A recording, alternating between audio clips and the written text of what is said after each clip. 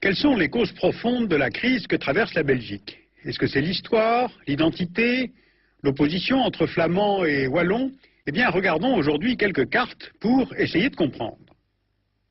La Belgique fait 30 500 km², elle a 10,5 millions d'habitants, la capitale, Bruxelles, symbolise évidemment l'unification européenne, et en même temps, elle est la capitale d'un État qui risque d'éclater. Alors pourquoi? Le premier facteur est sans doute lié à l'histoire. Jusqu'au XIXe siècle, la Belgique n'existe pas. Le territoire belge a longtemps été sous influence étrangère, espagnole, autrichienne, française. Il est divisé à la fin du XVIIIe siècle en 9 départements rattachés à la France et devient une partie de l'Empire napoléonien.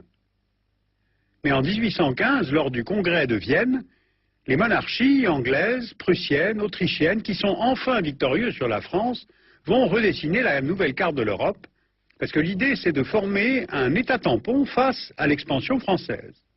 Mais cet État regroupe 2 peuples différents, 2 langues différentes, des protestants au nord, des catholiques au sud, et ce royaume n'aura de fait que 15 ans de vie.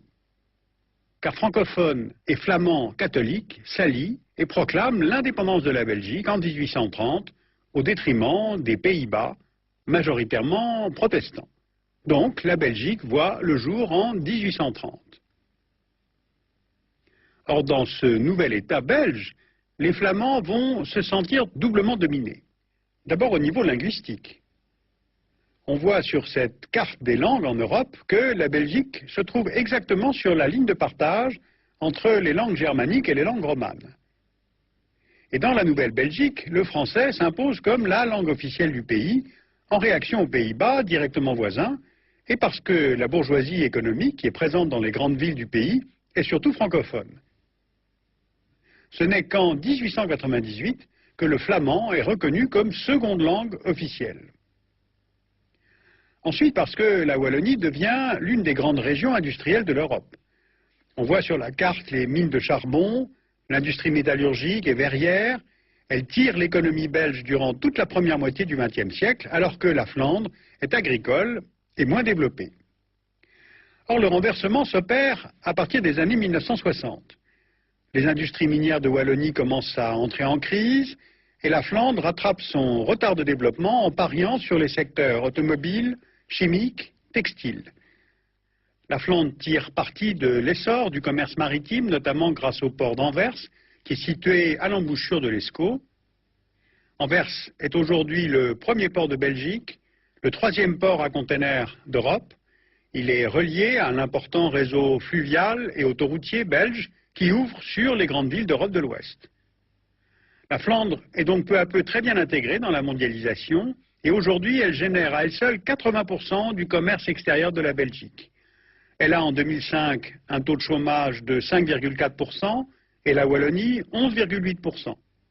Donc le problème c'est que les Flamands considèrent que c'est leur région qui tire le dynamisme économique de toute la Belgique, la Wallonie bénéficiant d'importants transferts financiers par le mécanisme de redistribution du budget de l'État belge. Bien, alors justement, comment fonctionne cet État? Le Royaume de Belgique était au départ un État centralisé qui a amorcé un processus de décentralisation à partir des années 70 pour devenir un État fédéral en 1993. Ce pays est divisé en 3 régions. La région flamande avec 6 millions d'habitants, ses principales villes étant Anvers, Gand, Bruges. La région wallonne, 3,5 millions d'habitants, avec les villes de Liège, Namur, Charleroi. Et la région de Bruxelles-Capitale, majoritairement francophone, enclavée à l'intérieur de la région flamande. Chacune de ces 3 régions est dotée d'un parlement, en plus du Parlement fédéral qui siège à Bruxelles. À ce découpage institutionnel s'ajoute aussi un découpage linguistique, qui est différent. Il existe 3 langues officielles en Belgique, dont on a fait 3 communautés. La communauté flamande, qui couvre la Flandre et les locuteurs flamands de Bruxelles. La communauté française, qui couvre les francophones de Bruxelles et la Wallonie. À l'exception de la partie est du pays, qui est germanophone. Sur ce petit territoire qui a été gagné sur l'Allemagne en 1920 vivent 75 000 locuteurs allemands qui forment la 3e communauté linguistique du pays. Donc les institutions de la Belgique sont compliquées. C'est un régime de monarchie parlementaire doté d'institutions fédérales auxquelles se superposent des institutions régionales et communautaires. Or, ce fédéralisme, qui est conçu à l'origine pour garantir en même temps flexibilité et cohésion de la Belgique, est aujourd'hui le cœur même du problème. Parce que parmi les compétences qui restent à l'État belge figurent la justice, les finances, le budget, le maintien de l'ordre, la défense, la politique étrangère et surtout l'emploi et la sécurité sociale. Or, dans ce dernier domaine, de nombreux Flamands voudraient que la sécurité sociale et la politique de l'emploi soient gérées justement au niveau régional et non plus au niveau national. Car ils ont le sentiment de payer pour les Wallons. Sauf qu'évidemment, une telle décision, un tel processus met tout simplement fin à la raison d'être d'un gouvernement fédéral. De plus, toute indépendance de la Flandre pose la question des frontières. On repère sur cette carte la région de Bruxelles-Capitale, une partie de la Flandre et de la Wallonie. Or, il existe une circonscription électorale particulière à cheval sur la Flandre et la région Bruxelles-Capitale, c'est Bruxelles-Halle-Vilvoorde, l'arrondissement BHV. Suivez bien, c'est très compliqué. Il n'y a pas de partis politiques nationaux en Belgique, mais seulement des partis régionaux. Donc toute personne résidant en Flandre ne peut voter que pour un parti flamand et inversement en Wallonie. Mais dans cet arrondissement BHV, les francophones qui vivent à la périphérie de la région Bruxelles, donc en région flamande, peuvent malgré tout voter pour des partis francophones. Or, les Flamands ont introduit une proposition de loi visant à scinder l'arrondissement BHV en deux, entre d'un côté Bruxelles-Capitale et de l'autre la partie flamande de l'arrondissement.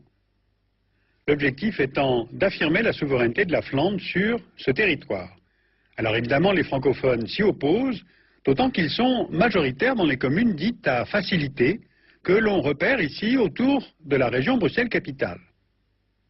Alors ce statut de facilité, c'est un statut linguistique pour 27 communes belges, prenant en compte l'existence de minorités linguistiques à l'intérieur, soit de la Flandre, soit de la Wallonie, parce que ça permet à ces minorités d'utiliser leur propre langue dans les courriers avec l'administration ou bien dans l'enseignement. Ce qui fait qu'en fait, on a deux visions radicalement opposées. D'un côté, les francophones qui considèrent ces communes comme un prolongement de la région Bruxelles-Capitale et voudraient étendre la région de Bruxelles aux communes à facilité, ce qui au passage permettrait de réaliser une continuité territoriale avec la Wallonie.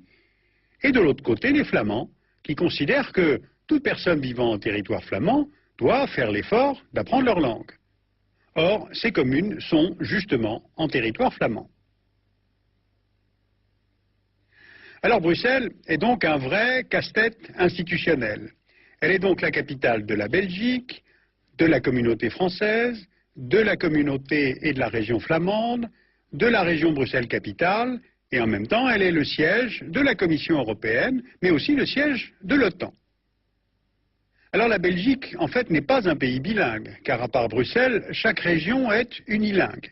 Il y a deux sociétés belges parallèles, l'école, la télévision, les partis politiques, les crèches. Il n'y a donc presque plus d'espace commun, sauf peut-être le roi, dont la fonction symbolique est forte, mais le poids politique assez faible.